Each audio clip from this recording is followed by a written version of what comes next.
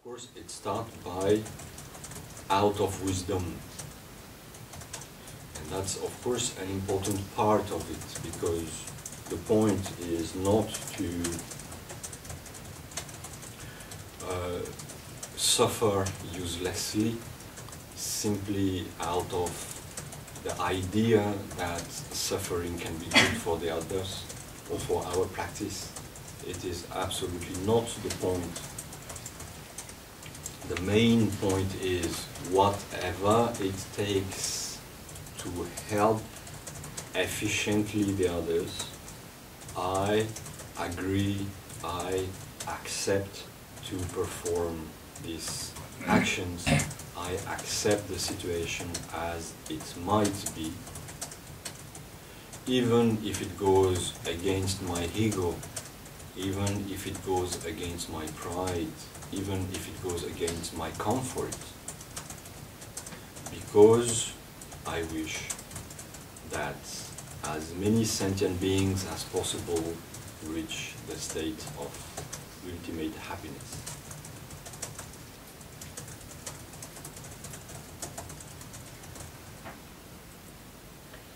Seveda se to začne z besedami v modrosti. To je zelo pomemben del, ker ni namen tega, da bi brez potrebe trpeli samo zaradi misli, da je trpljenje lahko dobro za druge ali za našo prakso. To sploh ni namen tega. Glavni namen je, da se strinjam, sprejemam in bom deloval na kakršenkoli način, ki bo učinkovito pomagal drugim. Da sprejemam situacijo, kakršnakoli pač že je, pa čeprav se moj ego in moj ponos ne strinjata z njo, pa čeprav ni udobna zame, ker si želim, da bi čim več čutečih biti doseglo stanje najvišje sreče, da bi čim več čutečih biti čim prej doseglo stanje najvišje sreče. In many ways, actually, it is what was the path of the Christ. If we read between the line of the various texts that have reached us, the list changed by the different council later on. But when we read a sentence, a verse like the verse 13, this verse says, "Let them play with my body, let them laugh at me and ridicule me. What does it matter to me? I have given my body to them." V mnogočem je bila to tudi Jezusova pot. Če beremo med vrsticami različnih besedil, ki so se ohranila do danes, čeprav so jih različni koncili precej spremenili. To lahko preberemo tudi v verzu 13, ki pravi: "Naj se igrajo z mojim telesom, naj se mu posmehujejo, naj se mu smejijo in naj se mu posmehujejo. Kaj mi je to mar? Saj sem jim dal svoje telo." So, following this understanding, we have to look at how the bodhisattvas of the past have engaged into the practice, have engaged into the societies, into the life, into the spiritual path, with the main aim to help as many other beings as possible, in many various ways. And following what has been practiced in the past, let's observe how we can ourselves be beneficial for as many beings as possible.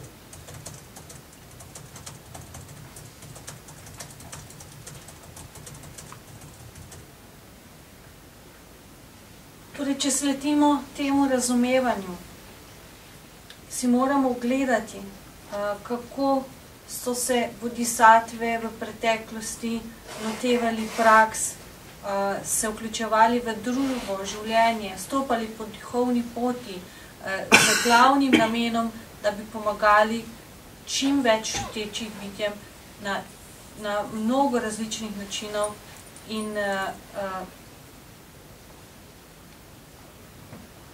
s tem, ko bomo sledili tem praksam iz preteklosti, lahko vidimo, kako lahko danes koristimo čim več čutečim bitjem. But it's not from a day to another, of course, that we can perform all these deep changes within ourselves. It is out of practices, out of meditation, that we can perform this transformation of our mind. So many times in several prayers we say, may I generate this awakening mind. What does it mean?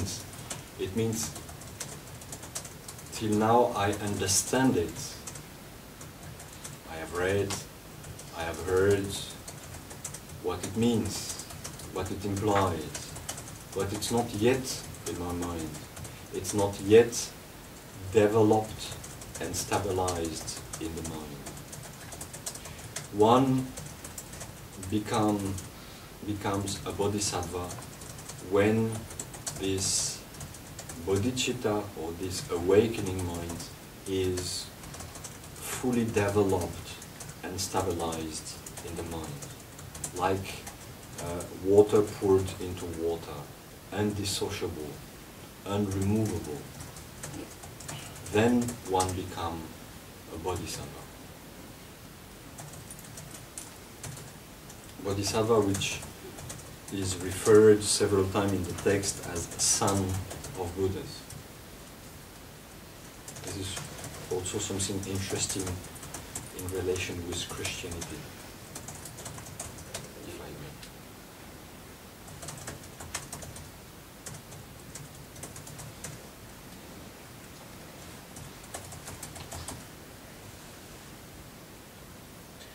Seveda pa globokih sprememb v sebi ne moremo sprožiti iz enega dneva, v enem samem dnevu ali čez noč.